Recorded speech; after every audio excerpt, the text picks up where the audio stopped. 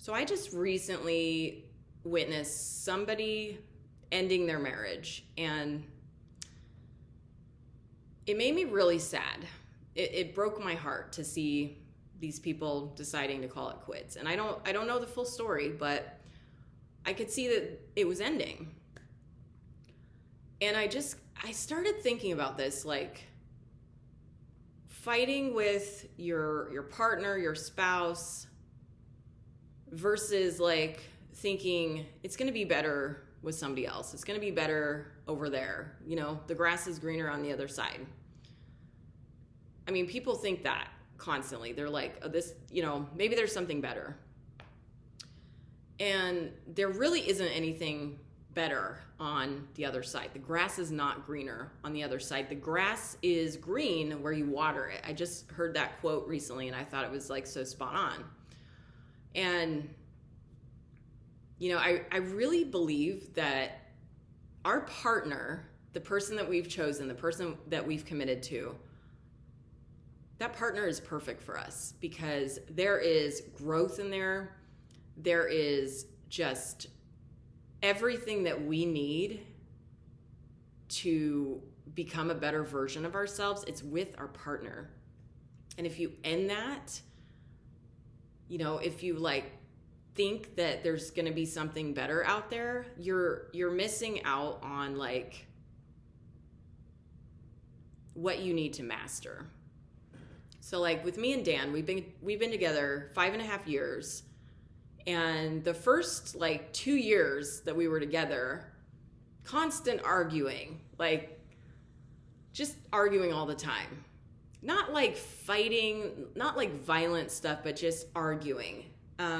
We would get into spats about the dumbest shit. Like he would say something in a way that irritated me. And then boom, we're like arguing. And I was like, even with those arguments, there was a certain level of peace underneath the relationship that was way better than any other previous person I had ever been with. And I knew that, you know, Dan's perfect for me. He's not perfect, but he's perfect for me. And I kept getting this message from, you know, God, Jesus, that's like, this relationship is perfect. Like, he's perfect for you. I just kept hearing that. And I was like, okay, there is growth to be had by sticking with this. And we decided to do couples counseling. We did EFT, which is emotionally focused therapy. We hired an amazing counselor, and all of their counselors are like trained through this specific process where you're going underneath the words and the arguments and, you know, the stuff that you're getting irritated at. The counselor's trained to help you go underneath what is driving that. And you get to like the vulnerable places in your heart that have been hurt in the past. And you're there like with your partner, like having this emotional experience in front of the counselor as well. And they're like guiding you to get to the root cause of it. So once, you know, we worked with this counselor for, I don't know, five months. She ended up moving to California. She moved out of Colorado at the time. So she couldn't counsel us anymore.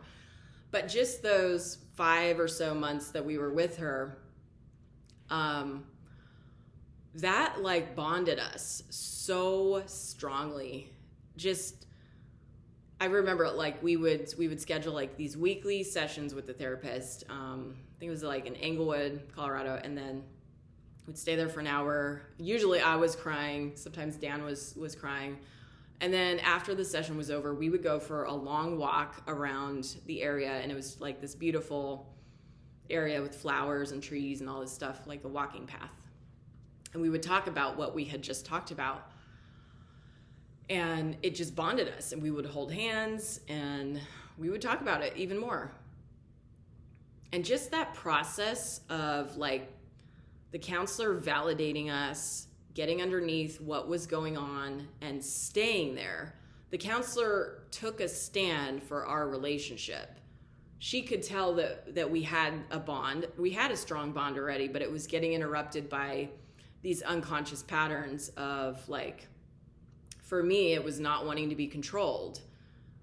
And anytime I felt like Dan was trying to control me in some way, my rebellious Aries nature would come out and be like, fuck this shit. And for him, it was a completely different issue. But we had like these subconscious underlying fears that really did stem from childhood that were still completely being acted out in our relationship as adults. So the counselor really helped us like acknowledge that. So there's like acknowledging that, validating that. And the validation is just like being present with it. Like, yes, I see that you're feeling this. I can see that you're upset. And it's just like, sometimes that's enough to make the other person feel like seen and heard, is just that validating energy. Doesn't mean you have to like critique it or fix it or do anything with it. You just are there with it. And I think that's why we've been able to like weather so many, situations, and we're like solid. And we have to remind ourselves to like get, every so often, not every day, not like 24 hours a day, but every so often, it really helps to just be in that vulnerable space with your partner. Like, how are you feeling? And just shut the fuck up and like listen to them and like feel what they're saying to you. Feel what they're not saying to you. Like Dan right now, he flew to Omaha, Nebraska because his mom had like apparently some kind of like mouth cancer, and they had to cut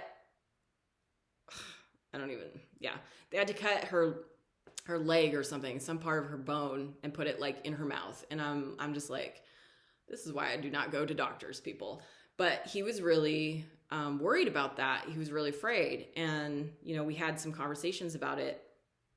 And to me, I knew it's like, what he needs right now isn't me saying, oh, it's going to be okay, because I knew it was going to be okay. But it's like, he doesn't need that right now.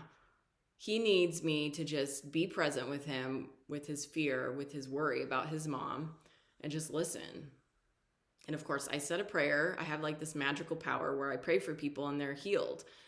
I mean, I've prayed for people that like their son got in a car accident and every single doctor on the planet thought he was going to die. And I prayed for him and he lived. And like, I prayed for someone who had a heart attack and she was fine. And then the doctors were like, oh, you're fine. Like, what the fuck? So prayer is powerful. That's another topic. But this person, this human being, especially this partner, this person that you've committed to, they want your presence. They don't want you to fix anything. They don't want the superficial materialistic shit. That's all great. But what they really want is for you to be present. And I have to remind this to myself as well, because, I love work. I love being in my head all day. It's just great. That's fun for me. But your person doesn't need your head. Your person needs your presence, your heart, your soul. And sometimes that's just listening and validating. And that's being there for them. Not trying to fix them, not trying to solve anything. Just being like, babe, what's underneath that? Like, I can tell you're really worried about this. I can tell you're worried about your mom. You can like feel that. And, he'll sometimes tear up because I give that space for him to feel whatever he's feeling. And just being able to feel it with another person, especially your partner, sometimes that's enough for it to free itself. And sometimes you need that like on an ongoing basis for that to be released. And that's where the person feels safe and emotionally safe. Like this relationship, for me, this is a soft place to land. Like the world is difficult, life is difficult, which is great, but it's like out of all this difficulty, this is the soft place to land. And I've heard it be described as like, this is your, your docking station or something. I don't know what the terminology is, but like out of this whole universe, it's like, okay, here's where you land. Here's where your partner lands, and it's with you, and it's like, we're safe right here. We can breathe. and then and then the man like goes out into the world, puts back on his armor, and it's all of that stuff. But I just wanted to share that because if you're having difficulty with your relationship with your partner, just go deeper into it. The grass is not greener on the other side. And thinking that it is and testing that creates so much pain and so much like hardship. I mean, I've seen this in other people. I've seen it play out, and it's not something I ever want to create for myself. So I think we grow the most through our partner and just going deeper into it with everything that entails. Boredom.